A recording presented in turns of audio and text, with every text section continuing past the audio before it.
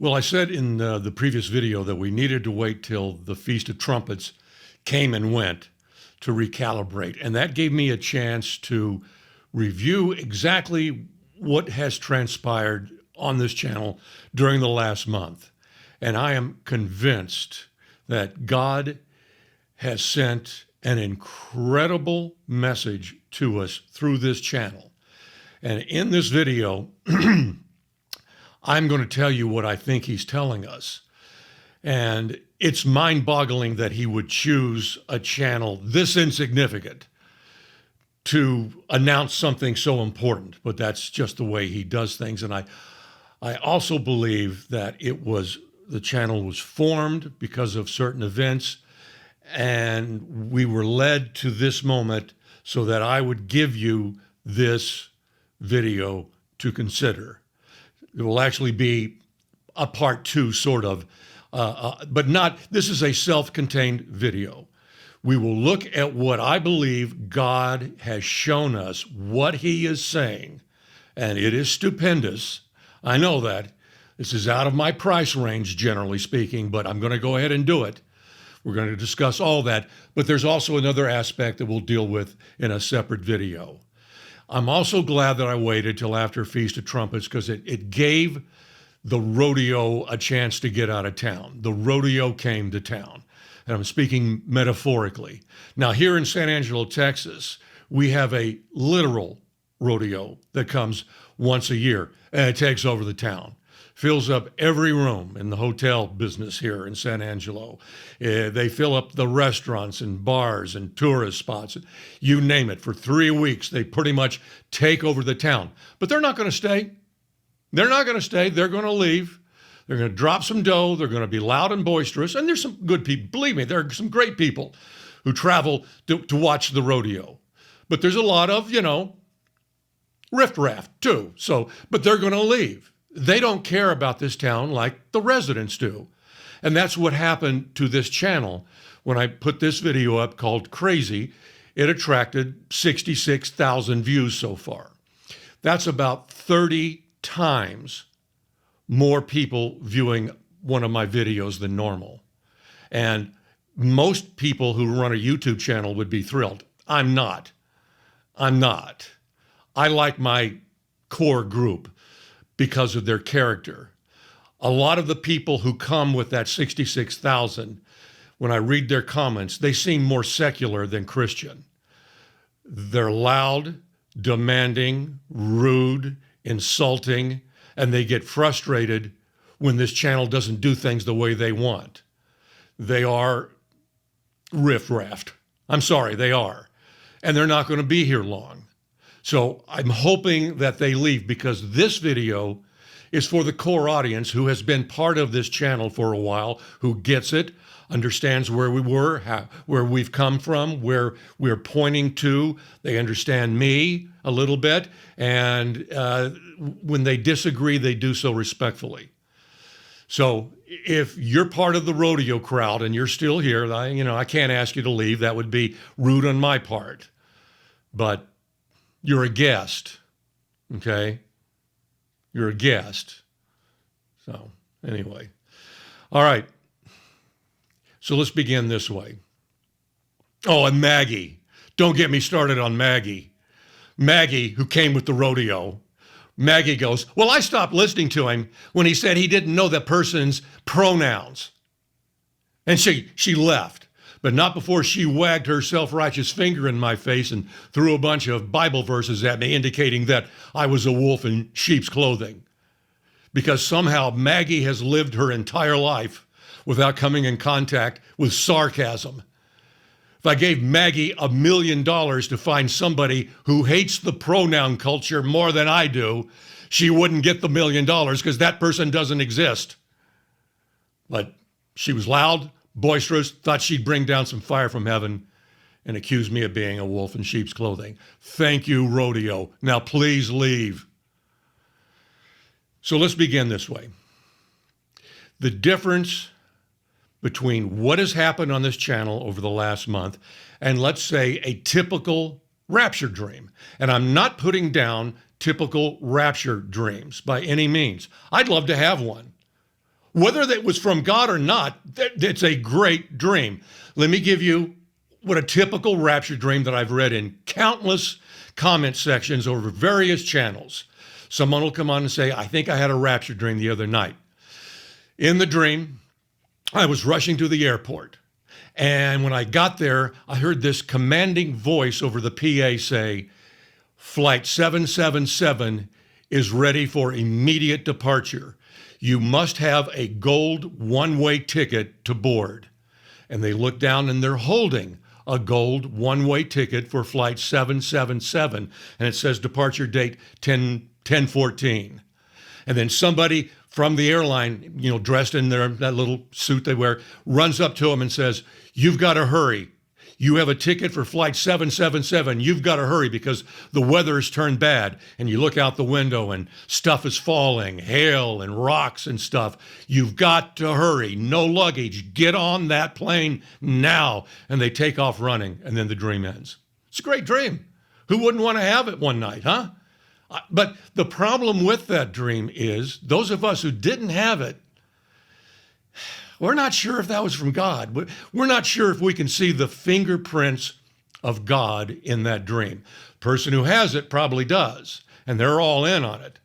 The rest of us go, well, I'll keep, let's see, you said 10/14, October 14th. Yeah, I'll keep that in mind. I hope you're right. I'm pulling for you, but we're not really moved to do much more than that. What has transpired here over the last 30 days is totally different, and I want you to see it. And I'm going to have to be a little redundant to go through it, but it's important before we get to what he's showing us. You need to go over this again and make sure you understand what has happened, okay? It began with a dream from Lori about the Titans and the Giants. I saw that. I was drawn to it. I asked God for confirmation. Did you send that dream? Because this is an unusual dream. And I think I got it. So I made that video. But what I want you to really see is right off the bat, we are seeing something from the flood story, the Nephilim. Her dream was about the Nephilim right out of the flood story. It is the reason the flood came. They show up in Genesis 6. We know the verse. So in talking about Lori's dream, I said there looks to be a countdown aspect to her dreams. And maybe we should count, because she thought it was tied to 9/11. So I made a little countdown possibility. But then, and I'll have to call him anonymous guy because I can't find his comment, I read a comment following that video in which he had a different countdown. And his countdown led to 11/11. Okay? And I thought that was very interesting because November 11th, in a way, is also 9/11. You could say it's the 11th day of the month named 9. It's 9/11 and it's 11/11. But more importantly, for the purposes of this video, I want you to see that date is embedded in the flood story. In the account of the flood, an important event, a notable event took place on 11/11 when Noah releases the raven. The rain has stopped for a while. He releases a raven to see if it can find dry ground or if it'll come back. It came back. That happened on 11/11. Now, when you read the account of it, it's hard to see. Fortunately, I went to answersingenesis.com. The great people over there have broken down the flood story by, event after event after event with the date. And they show that the raven went out on 11/11. Now, if you just read the account, here's what you'll see. And the waters decreased continually until the 10th month. In the 10th month, on the first day of the month, the tops of the mountains were seen. So it came to pass at the end of 40 days that Noah opened the window of the ark which he had made. Then he sent out a raven. So you have to do a little addition. Sees the mountains on the first day of the 10th month. 40 days later, 30 days later would take us from the first day of the 10th month to the first day of the 11th month. That's 30 days, but he waited 40. Add 10 more days to the first month, to the first day of the 11th month, and you get 1111. So here come two people with input, whether they know it or not, pointing to the flood account. At that point, I mentioned that, well, I had an interesting dream. I'm not saying my dream was from God. I'm just saying it was an interesting dream. And it showed me that maybe my interpretation initially about Lori's dream could have been wrong. The dream may not have been specifically about the Nephilim, but pointing us to a different situation, because in the dream that I had, my mother shows up. Now, the night before, right before I went to bed, I asked God for a dream. I said, it doesn't have to be prophetic. I just want it about you, about heavenly things, about the kingdom, anything you want to send. I want it about you. And I got this dream. My mother shows up and she's quoting a Bible verse. That didn't happen in real life, let alone, now I'm not saying she wasn't a believer, but I don't think I ever heard her quote a Bible verse, let alone in a dream, okay? In this dream, she's adamant. And she's talking about Genesis 6:12 over and over and over. And it's a famous flood verse. It's really the instigator of the flood. Here it is. God sees the earth, and it's completely corrupt. And again, it's pointing to the flood account. Both dreams are pointing to the flood account. Anonymous guy, whether he knew it or not, is pointing to the flood account. It's all about the flood from three different people. Then KLB shows up in the comment section. She's heard us talk about the 1111 possibility. And she says, are you aware that the day the flood started on Heshvan 17, the 17th day of the second month, this year falls on 1111? Again, she's pointing to something from the flood account that she said later she felt urged in her spirit to tell me. Oh, it's good that she told me. Now, when I read it that night, the first time that I saw it, I said, wow, that's kind of interesting. The day the flood started, 17th of the second month, Heshvan 17, this year falls on 11/11. That's very interesting. Now, if there were angels watching this whole thing kind of transpire, they just looked at each other, looked at me, and shook their head in disbelief. He doesn't get it.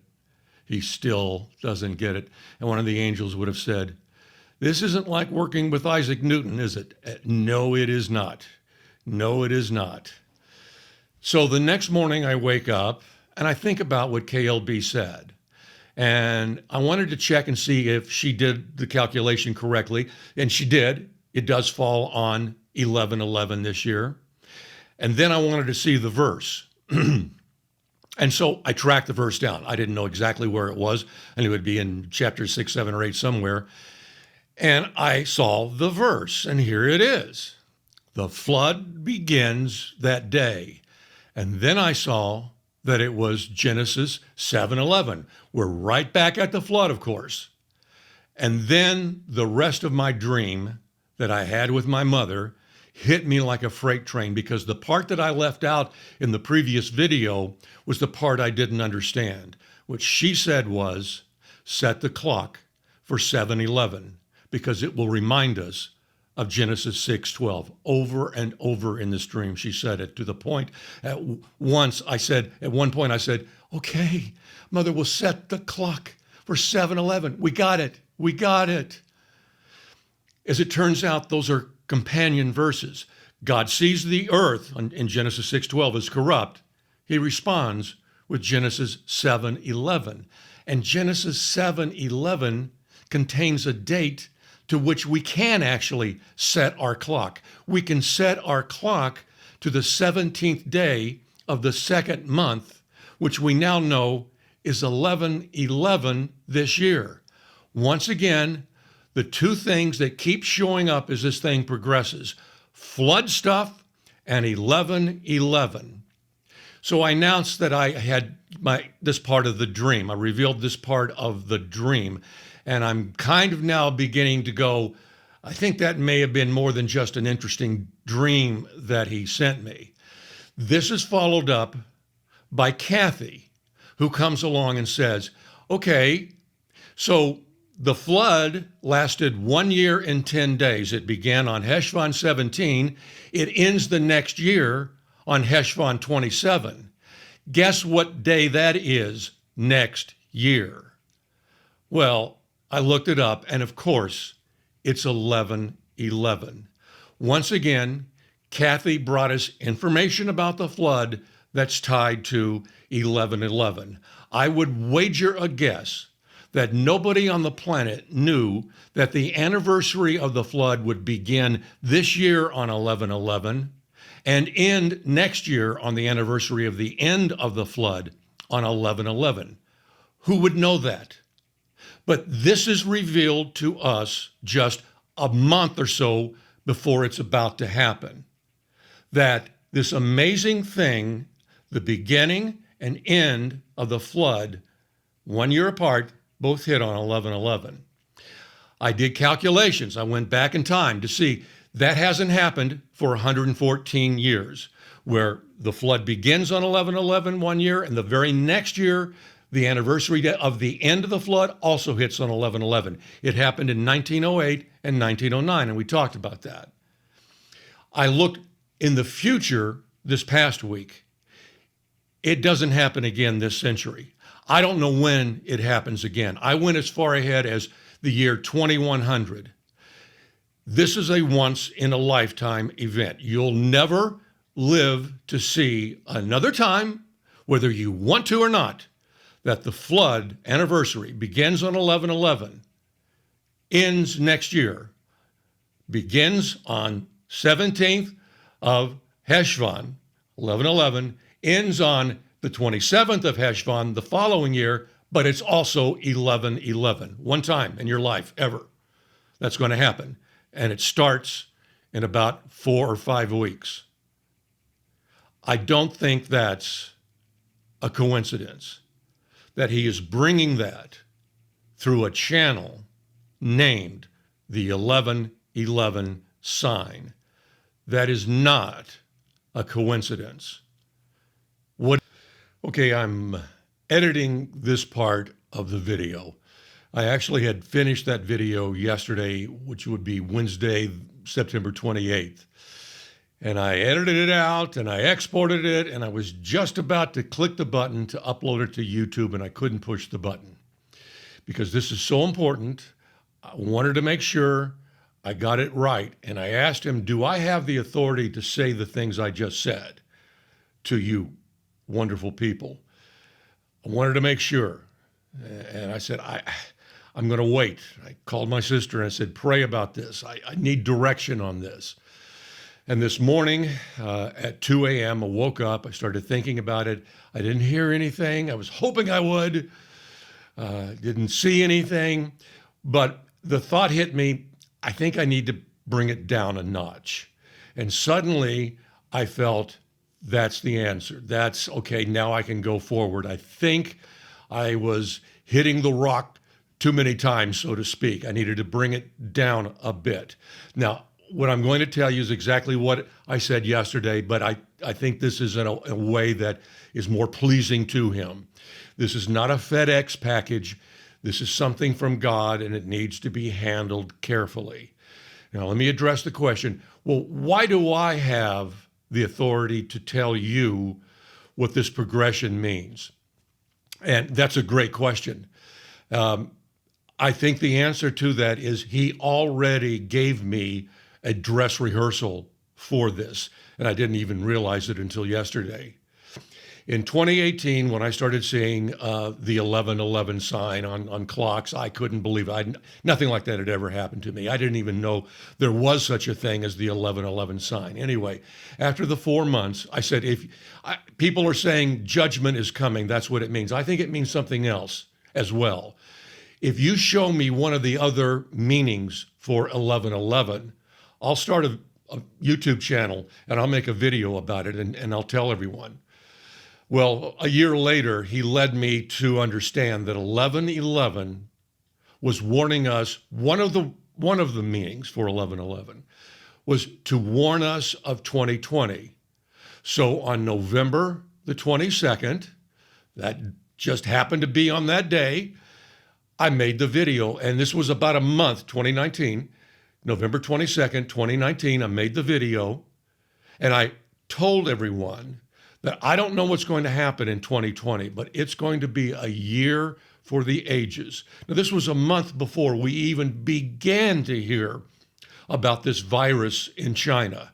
I had no idea what was going to happen. I just knew he's showing us that 2020 is going to be an incredible year, and it was. It was a horrible year, a year of deception and lies and masks and social distancing and nobody going to church on Resurrection Sunday and on and on and on.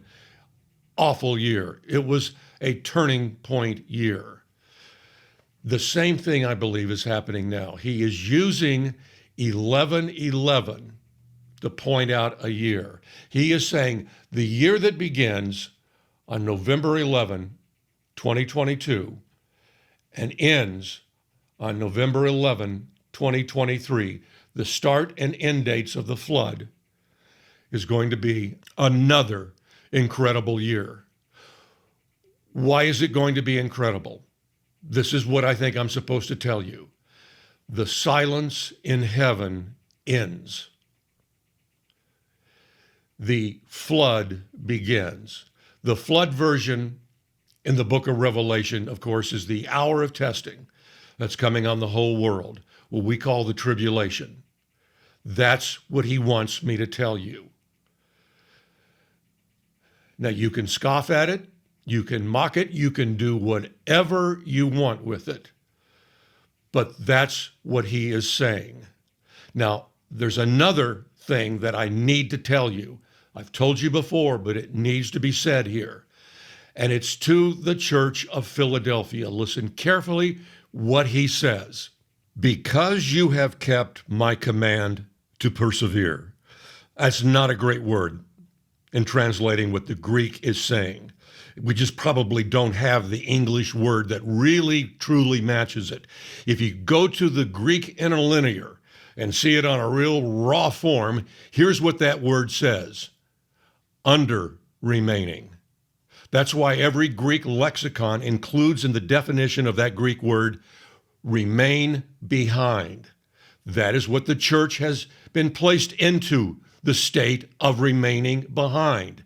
He is saying, I gave a command about how you are to remain behind, and you kept it. That command was watch. They were watchful because you have kept my command of watching while you remain behind. I also will keep you from the hour of trial, which shall come upon the whole world to test those who dwell on the earth. There's a way of escaping. If you don't want that escape, if the idea of a pre-trib removal nauseates you, here's an idea. Go to him today and just flat out tell him you opt out. But he is holding open the door to the Church of Philadelphia for those who meet the requirements. November 11th, 2022 to November 11th, 2023. Those dates, for the first time in our life, for the only time in our life, hit upon the start date of the flood and the end date of the flood. That is not a coincidence. When this whole thing started, the progression started, we had no idea where it was leading. So the one time in our life that we're going to have, and he made it clear in Genesis, the start date, Heshvan 17, end date, 1 year later, Heshvan 27, would begin and end on 11/11. And he's sending that information through a channel that's called 11/11. That's not a coincidence. What is going to happen when the silence in heaven comes to a halt? There's silence for about half an hour, and then there is this. This is the opening announcement, and it's a big one. Then the angel took the censer, filled it with fire from the altar, and threw it to the earth. And there were noises, thunderings, lightnings, and an earthquake. And then what happens right after that? So the 7 angels who had the 7 trumpets prepared themselves to sound. There's not a more ominous verse in the Bible. The silence in heaven is about to come to a halt. In the dream that I had, I was told to set the clock to 7:11. That's Genesis 7:11, the day the flood started. Heshvan 17. That's the date on our calendar. That's not a coincidence either. The 22 is also 11 plus 11. It is not a coincidence. None of this is a coincidence. Why is he telling this to us? He's not showing us the day or the hour, but he just gave us the year. Why is he doing that? Because I think we have some work to do. Not horrible work, not out of your comfort zone, no money being spent, but I think he's given us one last task, and we'll take that up in the next video. But as for me, from this point forward, here's what I want spiritually tattooed on my forehead.